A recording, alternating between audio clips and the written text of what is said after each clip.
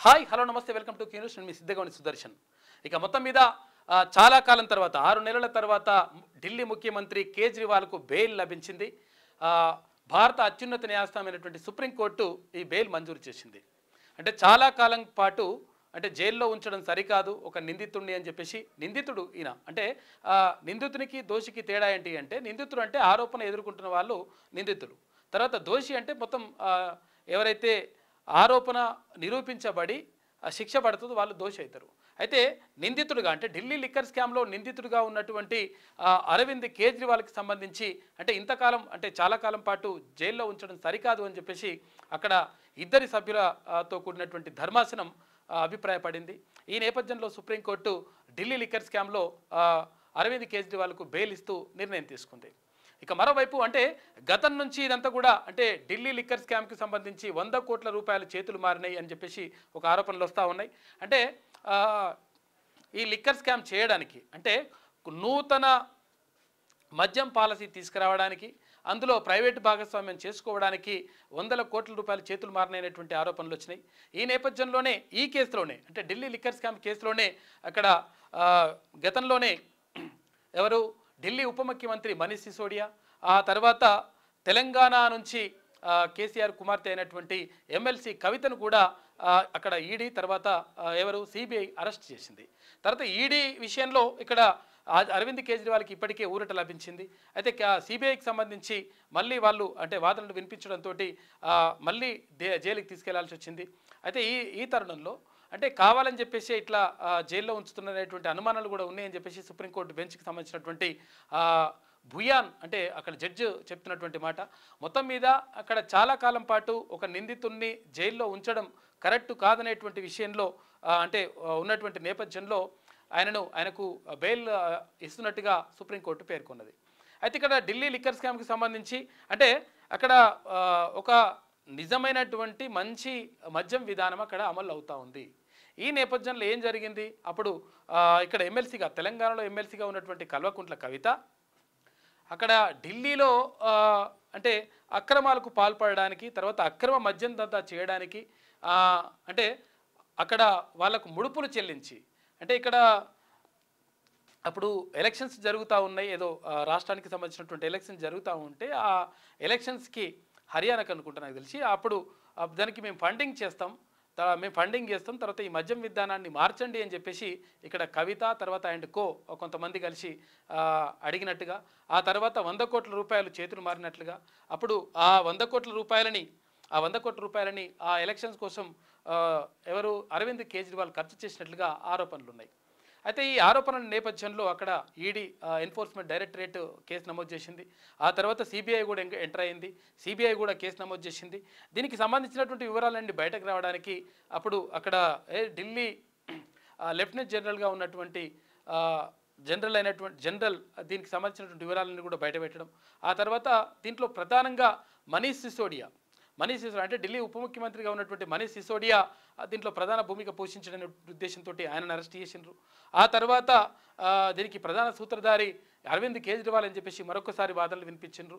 ఈ నేపథ్యంలో అరవింద్ కేజ్రీవాల్ అంటే ఢిల్లీ ముఖ్యమంత్రిగా ఉన్నటువంటి అరవింద్ కేజ్రీవాల్ని కూడా అరెస్ట్ చేసిండ్రు. ఆ తర్వాత జైలు నుంచి ఆయన పరిపాలన అంతా కూడా కొంతకాలం వరకు కొనసాగించిండు. అయితే దీన్ని కూడా అక్కడ ఉన్నటువంటి సిబిఐ కానీ తర్వాత ఈడీ కానీ తప్పు పట్టింది. అంటే జైలు నుంచి మీరు ఎట్లా ఆదేశాలు జారీ చేస్తారు, తర్వాత వీటన్నిటిని కూడా ఎట్లా అమలు చేస్తారని చెప్పేసి అట్లా ఇవన్నీ కూడా వచ్చినాయి. మొత్తం మీద భారతీయ జనతా పార్టీ తర్వాత ఎన్డీఏ ప్రభుత్వం ఢిల్లీలో ఉన్నటువంటి ప్రభుత్వాన్ని ఇబ్బంది పెట్టాలనే ఉద్దేశంతో ఈ కేసు నమోదు చేసిందనేటువంటి ఆరోపణలు కూడా ఉన్నాయి. ఈ నేపథ్యంలో మొత్తం మీద ఇక్కడ ఢిల్లీ ముఖ్యమంత్రి అయినటువంటి అరవింద్ కేజ్రీవాల్కి కొంతవరకు ఊరట లభించినట్టుగా కనిపిస్తూ ఉంది. అయితే అంటే చాలా కాలం పాటు జైల్లో ఉంచకూడదనేటువంటి నిబంధన కారణంగా 100% నిందితుడిని ఎక్కువ కాలం ఇబ్బంది పెట్టకూడదనేటువంటి నిబంధన కారణంగా ఆయన విడుదల చేస్తున్నట్లుగా సుప్రీంకోర్టు క్లియర్గా చెప్పింది. అయితే ఇక్కడ ఈ కేసు విషయంలోనే 5.5 నెలల పాటు అక్కడ ఎవరు ఎమ్మెల్సీ కవిత కూడా జైలు జీవితాన్ని అంటే ఇక్కడ తీహార్ జైల్లో జైలు జీవితాన్ని అనుభవించింది. ఆ తర్వాత ఇందులోనే సుకేష్ చంద్రశేఖర్ అని చెప్పేసి ఒకడు అప్రూవర్గా మారినటువంటి సుకేష్ చంద్రశేఖర్ కూడా అక్కడ జైల్లోనే జైలు జీవితాన్ని అనుభవిస్తూ ఉన్నాడు. ఈ నేపథ్యంలో అంటే ఇప్పటికే ఫస్ట్ విడతగా మనీష్ సిసోడియాకి బెయిల్ వచ్చింది. మనీష్ సిసోడియా తర్వాత అక్కడ కల్వకుంట్ల కవితకు బెయిల్ వచ్చింది ఈ ఢిల్లీ లిక్కర్ స్కామ్కి సంబంధించి. ఆ తర్వాత ఇప్పుడు అంటే ప్రధాన నిందితుడిగా తర్వాత ప్రధానంగా ఆరోపణలు ఎదుర్కొంటున్నటువంటి ఢిల్లీ ముఖ్యమంత్రి అయినటువంటి అరవింద్ కేజ్రీవాల్కి బెయిల్ వచ్చేసింది. ఈ నేపథ్యంలో మొత్తం కూడా దేశవ్యాప్తంగా రాజకీయంగా చర్చ జరుగుతూ ఉంది. అంటే ఏ రాష్ట్రాలనైనా కానీ ఒకవేళ తమ మాట వినకపోతే ఇప్పుడున్నటువంటి ఎన్డీఏ ప్రభుత్వం ఇబ్బందులకు గురి చేస్తూ ఉంది, రకరకాలుగా కేసులు పెట్టి వేధిస్తూ ఉంది అనేటువంటి ఆరోపణలు అయితే వస్తూ ఉన్నాయి. అయితే గతంలోనే ఇక్కడ మాట విన్నటువంటి అక్కడ శివసేనకు సంబంధించి ఉద్ధవ్ ఠాక్రేని పక్కనకి పెట్టేసి అక్కడ మహారాష్ట్రలో ఏక్నాథ్ షిండే ఆధ్వర్యంలో ప్రభుత్వాన్ని ఏర్పాటు చేయడం, తర్వాత ఇక్కడ ఏది జార్ఖండ్కి సంబంధించి అక్కడ ఏది హేమంత్ సోరెన్ని అక్కడ జైల్లో పెట్టడం, ఆ తర్వాత ఆయన మీద అంటే ఇవన్నీ కూడా వీళ్ళపైన ఆరోపణలు వస్తూ ఉన్నాయి. కాకపోతే ఏంటంటే అధికారంలో ఉన్నటువంటి ముఖ్యమంత్రులను కూడా తీసుకుపోయి లోపల పెడుతున్నటువంటి ఆరోపణలు ఎన్డీఏ ప్రభుత్వం పైన వస్తూ ఉన్నాయి.